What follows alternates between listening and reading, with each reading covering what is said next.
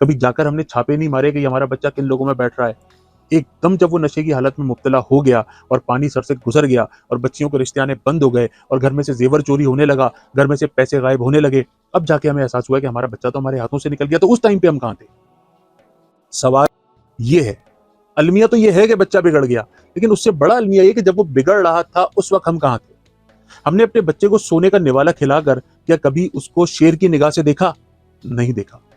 आज भी बहुत सारे बच्चे हमारे घरों के अंदर, बच्चे और बच्चियां हमारी आंखों के सामने, हमारी नाक के नीचे बिगड़ रहे हैं। सारी सारी रात मोबाइल टेलीफोन रख के बिगड़ रहे हैं, अपने कमरे में 24 घंटे टेलीविजन देख के बिगड़ रहे हैं, अच्छे और बुरे चैनल्स देख के बिगड़ रहे हैं, मुख्तलिफ ओबाश किस्म के दोस्तों में बैठकर और अपने फ्रेंड सर्कल में रह के बिगड़ रहे हैं।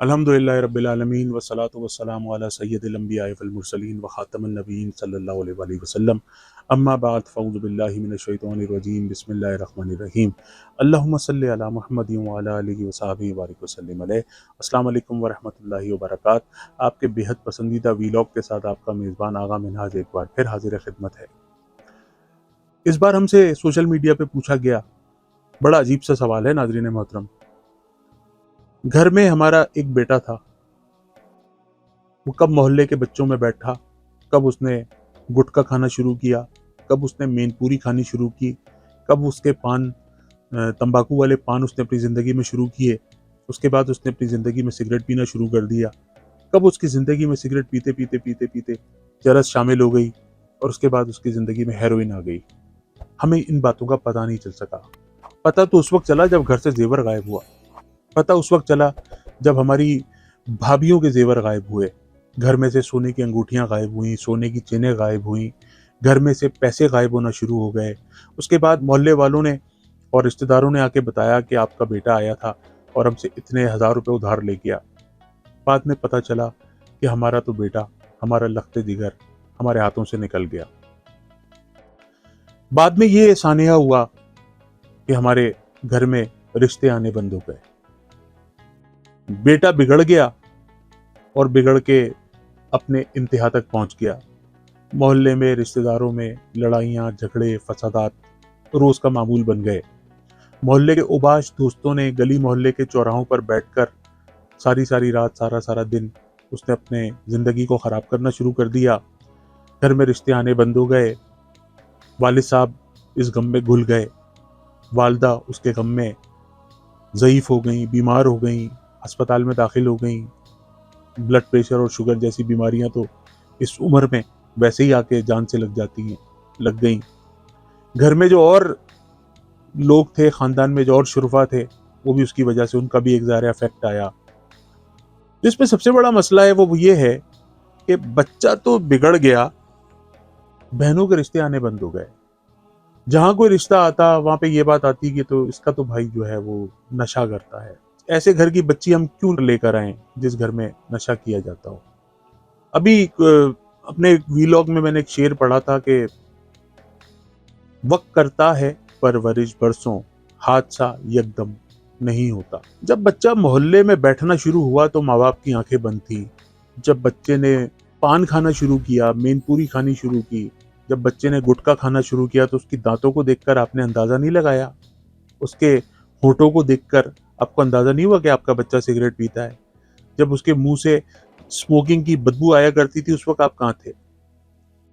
ये एकदम नहीं होता, ये एकदम सब कुछ नहीं होता, ये सब कुछ आहिस्ता आहिस्ता होता है। आहिस्ता आहिस्ता हौसले खुलना शुरू होते हैं, आहिस्ता आहिस्ता बच्चा लेट आना शुरू होता है। ऐसा नहीं होता कि एकदम बच्चा रात के 2 बजे घर में दाखिल हो जाए। आपने अपने बच्चे को सख्ती से रखा ही नहीं। हम अपने बच्चे को बिगाड़ने के अंदर उसको पूरी सहूलतकारी करते हैं। जब बच्चा बिगड़ जाता है तो उसको रिहेबिलिटेशन में लेके जाते हैं। जब बच्चा बिगड़ जाता है तो उसको किसी आलिम दीन के पास लेके जाते हैं। जब बच्चा बिगड़ जाता है तो इसको किसी मुफ्ती साहब के पास लेके जाते हैं। जब बच्चा बिगड़ जाता है तो उसको किसी हॉस्पिटल में लेके जाते हैं। लेकिन जब बच्चा बिगड़ रहा होता है उस वक्त हमारी नज़र उसके ऊपर नहीं होती, उसके मामूलात पर उस हमारी नज़र नहीं होती। जब बच्चा रात को देर से घर आता है तो उस वक्त हम नहीं पूछते कि तू कहाँ था। हमने कभी उसका मोबाइल चेक नहीं किया, कभी उसकी गैदरिंगें चेक नहीं की, कभी उसके दोस्तों को चेक नहीं किया, कभी उस पर चेक की नज़र नहीं रखी, कभी जाकर हमने छापे नहीं मारे कि हमारा बच्चा किन लोगों में बैठ रहा है। एकदम जब वो नशे की हालत में मुब्तला हो गया और पानी सर से गुजर गया और बच्चियों के रिश्ते आने बंद हो गए और घर में से जेवर चोरी होने लगा, घर में से पैसे गायब होने लगे, अब जाके हमें एहसास हुआ कि हमारा बच्चा तो हमारे हाथों से निकल गया। तो उस टाइम पे हम कहाँ थे? सवाल ये है, अलमिया तो ये है कि बच्चा बिगड़ गया, लेकिन उससे बड़ा अलमिया ये कि जब वो बिगड़ रहा था उस वक्त हम कहाँ थे? हमने अपने बच्चे को सोने का निवाला खिलाकर क्या कभी उसको शेर की निगाह से देखा? नहीं देखा। आज भी बहुत सारे बच्चे हमारे घरों के अंदर, बच्चे और बच्चियां हमारी आंखों के सामने, हमारी नाक के नीचे बिगड़ रहे हैं। सारी सारी रात मोबाइल टेलीफोन्स रख के बिगड़ रहे हैं, अपने कमरे में 24 घंटे टेलीविजन देख के बिगड़ रहे हैं, अच्छे और बुरे चैनल्स देख के बिगड़ रहे हैं, मुख्तलिफ ओबाश किस्म के दोस्तों में बैठकर और अपने फ्रेंड सर्कल में रह के बिगड़ रहे हैं।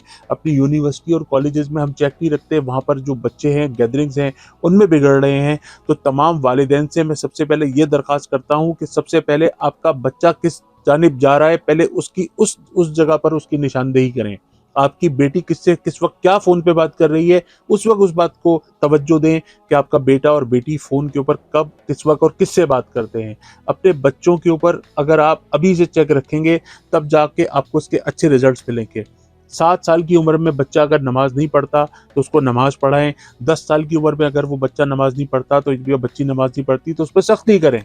इतना हमारा इस्लाम, हमारा दीन इस्लाम हमें इस बात की इजाज़त देता है। बच्चों को पंजगाना नमाज की पाबंदी कराएं, उनको रोज़ाना 1 पेज कुरान पाक की तिलावत कराएं, उनको रोज़ाना दुरूद पाक की कसरत कराएं।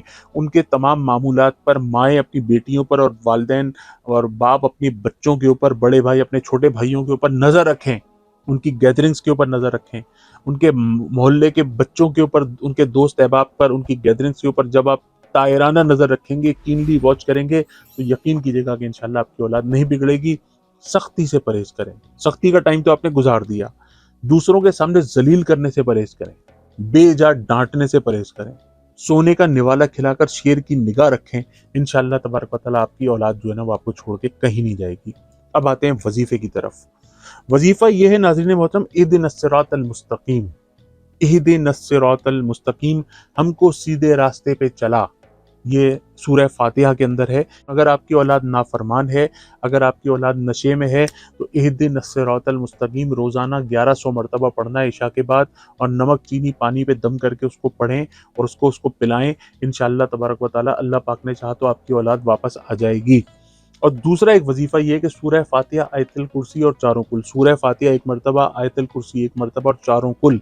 सूरह काफिरून, सूरह इखलास, सूरह फलक, सूरह नास सीक्वेंस के साथ पढ़ें। अव्वल व आखिर दुरूद पाक पढ़ें, उस बच्चे को दम करें और उसके लिए गिड़गिड़ाकर अल्लाह तबारक व तआला से दुआ करें। एक वजीफ़ा जो मैं अक्सर बताता हूँ, जो तीर बा हदफ वजीफ़ा है, वो ये है कि जब आपका ज़िंदगी में कोई भी काम रुक जाए, आपकी ज़िंदगी में कोई भी काम अटक जाए, आपके घर में कोई मसला हो, सेहत में मसला हो, कारोबार में मसला हो, औलाद का मसला हो, बेटी का, बहू का, रिश्तों का कोई भी मसला हो, तो जब पूरी दुनिया सो रही हो तो आप फजर से थोड़ी देर पहले उठें और 2 रकत नमाज सलातुल हाजात पढ़ें कि अल्लाह तबारक व तआला से अपने मसले के हल के लिए दुआ मांगें। सलातुल हाजात कि मेरी औलाद नशे से बाहर आ जाए, और उसके बाद तहज्जुद के 2 नफिल पढ़ें और 100 मरतबा पढ़ें सलामुन कौलम मिर रब्बिर रहीम, जो यासीन शरीफ में है। सलामुन कौलम मिर रब्बिर रहीम 100 मरतबा पढ़ के अपने लिए दुआ करें। रोज़ाना एक भूखे को सदके का खाना खिलाएं, पंजगाना नमाज की पाबंदी करें, बावजू रहने की कोशिश करें, जमजम अपने बेटे को कसरत से पिलाएं, जमजम से दोस्ती कर लें, जमजम पी के अल्लाह तबारक व तआला से जो भी दुआ करेंगे किबला रू होके वो ज़रूर अल्लाह ताला ने चाहा तो कबूल होगी। हर फ़र्ज़ नमाज के बाद आयतुल कुर्सी पढ़ें, हर फ़र्ज़ नमाज के बाद तस्बीह फ़ातिमा पढ़िए, 33 मरतबा सुबहान अल्लाह, 33 मरतबा अल्हम्दुलिल्लाह, 34 मरतबा अल्लाहु अकबर पढ़ के अल्लाह तबारक व तआला से गिड़गिड़ाकर अपने मकासद के हल के लिए दुआ मांगिए। मेरा ये व्हाट्सएप नंबर और स्काइप आईडी आगा मिनहाज के नाम से स्क्रीन के ऊपर मौजूद है, मुझसे रब्ता कीजिए। इंशाल्लाह मैं कुरान और सुन्नत की रोशनी में पूरी रहनुमाई करने की आपकी कोशिश करूँगा। मेरा ये वीलॉग अगर पसंद आया है तो ज़रूर इसको सदका जारिया के लिए शेयर कीजिएगा। अपने मेज़बान आगा मिनहाज को इस वीलॉग से इजाज़त मरहमत फरमाइए।